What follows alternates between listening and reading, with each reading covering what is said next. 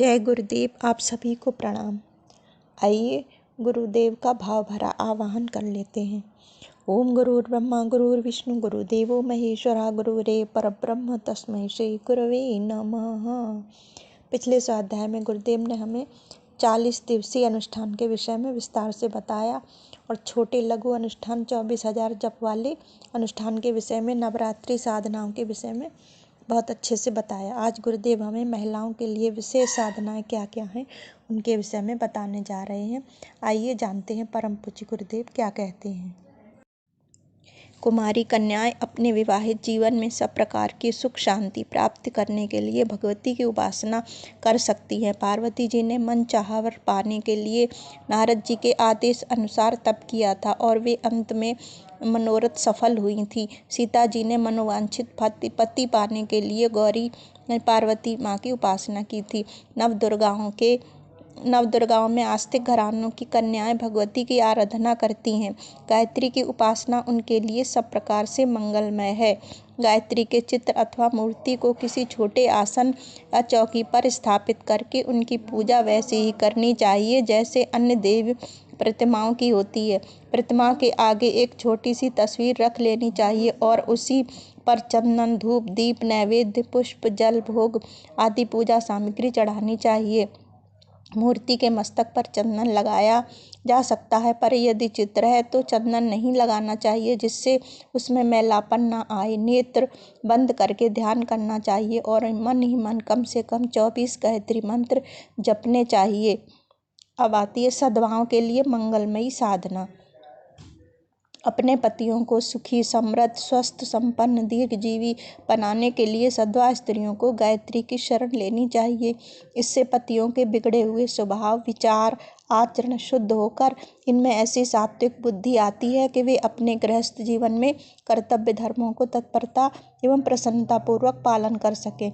इस साधना से स्त्रियों के स्वास्थ्य तथा स्वभाव में ऐसा आकर्षण पैदा होता है जिससे कि वे सभी को परम प्रिय लगती हैं और उनका समुचित सत्कार होता है। अपना बिगड़ा हुआ स्वास्थ्य, घर के अन्य लोगों का बिगड़ा हुआ स्वास्थ्य, आर्थिक तंगी, दरिद्रता, बढ़ा हुआ खर्च, आमदनी की कमी, पारिवारिक कलेश, मनमुटाव, आपसी राग द्वेष एवं बुरे दिनों के उपद्रवों को शांत करने के लिए महिलाओं को गायत्री उपासना करनी चाहिए।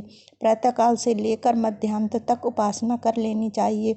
जब तक साधना न की जाए भोजन नहीं करना चाहिए। हाँ, जल पिया जा सकता है। शुद्ध शरीर, मन और शुद्ध वस्त्र से पूर्व की ओर मुँह करके बैठना चाहिए।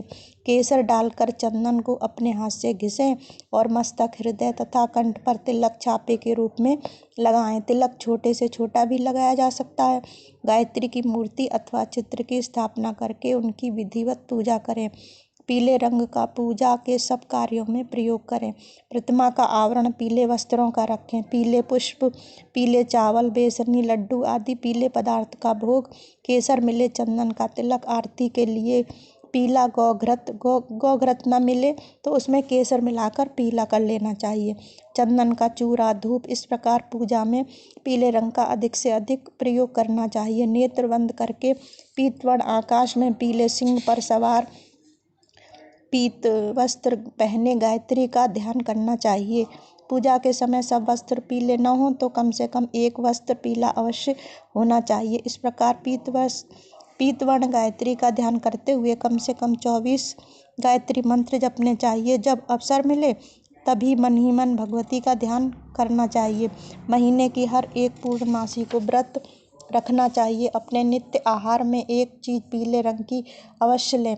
शरीर पर कभी कभी हल्दी का उबटन कर लेना भी अच्छा होता है। यह पीतवर्ण साधना दाम्पत्य जीवन को सुखी बनाने के लिए परम उत्तम है। अब है संतान सुख देने वाली उपासना। जिनकी संतान बीमार रहती है, अल्प आयु में ही मर जाती है, केवल पुत्र या कन्याएं ही होती हैं, गर्भपात हो जाते हैं, गर्भ स्थापित नहीं होता, बंध्या दोष लगा हुआ है अथवा संतान दीर्घसूत्री, आलसी, मंदबुद्धि, दुर्गुणी, आज्ञा उल्लंघनकारी, कटुभाषी या कुमारगामी है, वेद माता गायत्री की शरण में जाकर इन कष्टों से छुटकारा पा सकती हैं। रोगी, कुबुद्धि, आलसी, चिड़चिड़े बालकों को गोद में लेकर माताएं हंसवाहिनी, गुलाबी कमल के पुष्प से लदी हुई शंख चक्र हाथ में लिए गायत्री का ध्यान करें और मन ही मन जप करें। माता के जप का प्रभाव गोदी में लिए हुए बालक पर होता है और उसके शरीर तथा मस्तिष्क में आश्चर्यजनक प्रभाव होता है।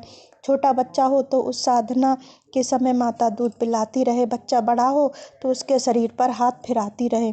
बच्चों की शुभकामनाएं के लिए गुरुवार का व्रत उपयोगी होता है। साधना से उठकर जल का अर्घ्य सूर्य को चढ़ाएं और बचा हुआ थोड़ा सा जल बच्चों पर मार्जन की तरह छिड़क देना चाहिए। विधवा बहनें आत्म संयम, सदाचार, विवेक, ब्रह्मचर्य पालन, इंद्रिय निग्रह एवं मन को बस में करने के लिए गायत्री साधना का ब्रह्मास्त्र के रूप में प्रयोग कर सकती हैं। जिस दिन से यह साधना आरंभ की जाती है उसी दिन से मन में शांति, स्थिरता, सद्बुद्धि, आत्म संयम की भावना पैदा होती है। मन पर अपना अधिकार होता है, चित्त की चंचलता नष्ट होती है, विचारों में सद्गुण बढ़ जाता है, इच्छाएं, रुचियां, क्रियाएं, भावनाएं सभी सतोगुणी, शुद्ध और पवित्र रहने लगती हैं। ईश्वर प्राप्ति, धर्म रक्षा, तपश्चर्या, आत्मकल्याण और ईश्वर आराधना में मन विशेष रूप से लगता है। धीरे धीरे उसकी साध्वी, तपस्विनी, ईश्वर परायण एवं ब्रह्मवादिनी जैसी स्थिति हो जाती है।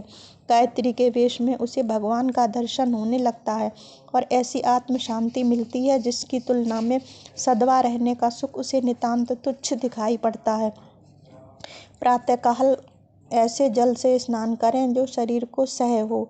अति शीतल या अति उष्ण जल स्नान के लिए अनुपयुक्त है। वैसे तो सभी के लिए, पर स्त्रियों के लिए विशेष रूप से असह्य तापमान का जल स्नान के लिए हानिकारक है। स्नान के उपरांत गायत्री साधना के लिए बैठना चाहिए। वृषवारूढ़ श्वेत वस्त्रधारी चतुर्भुजी, प्रत्येक हाथ में माला, कमंडल, पुस्तक और कमल पुष्प लिए हुए प्रसन्न मुख, प्रौढ़ अवस्था गायत्री का ध्यान करना चाहिए। माला तुलसी की लेनी चाहिए और बिछाने के लिए कुश आसन ठीक है। मन को बार बार इस ध्यान में लगाना चाहिए और मुख से जप इस प्रकार करते जाना चाहिए कि कंठ से कुछ ध्वनि होठ हिलते रहें, परंतु मंत्र निकट बैठा हुआ मनुष्य भली प्रकार न सुन सके। प्रातः और सांझ दोनों समय इस प्रकार का जप किया जा सकता है।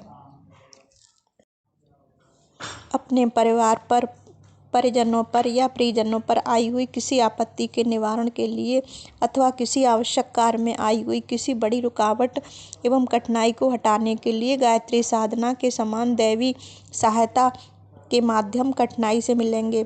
कोई विशेष कामना मन में हो तो उसे पूर्ण करने में भारी बाधाएं दिखाई पड़ रही हों तो सच्चे हृदय से वेद माता गायत्री को पुकारना चाहिए।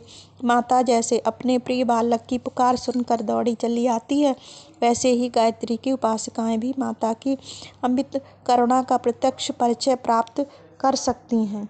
इसी के साथ अपनी वाणी को विराम देते हैं। आज के स्वाध्याय में जो भी आपको अच्छा लगा हो वह गुरुदेव का प्रसाद समझकर अपने जीवन में उतारने का प्रयास करें और अगर कोई गलती हो गई हो उसके लिए मुझे क्षमा करें।